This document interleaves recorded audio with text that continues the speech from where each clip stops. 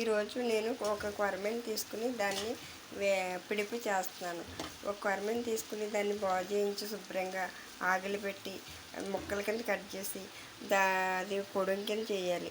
ఆగిలి పెట్టిన తర్వాత చల్లారిన తర్వాత ఒలిచి శుభ్రంగా దాంట్లో ఉన్న ముళ్ళులు తీసి పొడిని చేయాలి. పొడిని చేసిన తర్వాత ఉల్లిపాయ, ఎల్లుల్లిపాయ, అల్లం, జీలకర్ర, కొంచెం మసాలా వేసి మిక్సీ చేసి ఆ మిక్సీ చేసిన ఉల్లిపాయ ఈ కొరమేను మనం ఒలిసి పెట్టుకున్న పొడుం కలిపి నూనెలో వేపాలి.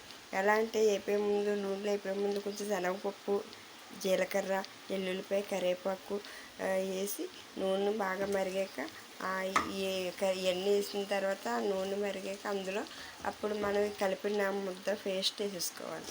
వేసాక ఉప్పు, కొంచెం సాల్ట్, పసుపు, కారం కొంచెం వేగిన తర్వాత వేయాలి, లేకపోతే టేస్ట్ రాదు మనకి. కొరమేను పిడుపు రెడీ.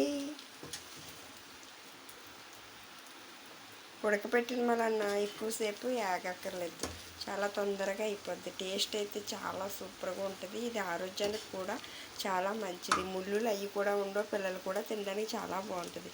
మీరు కూడా మీ ఇంట్లో ట్రై చేయండి. ఓకే.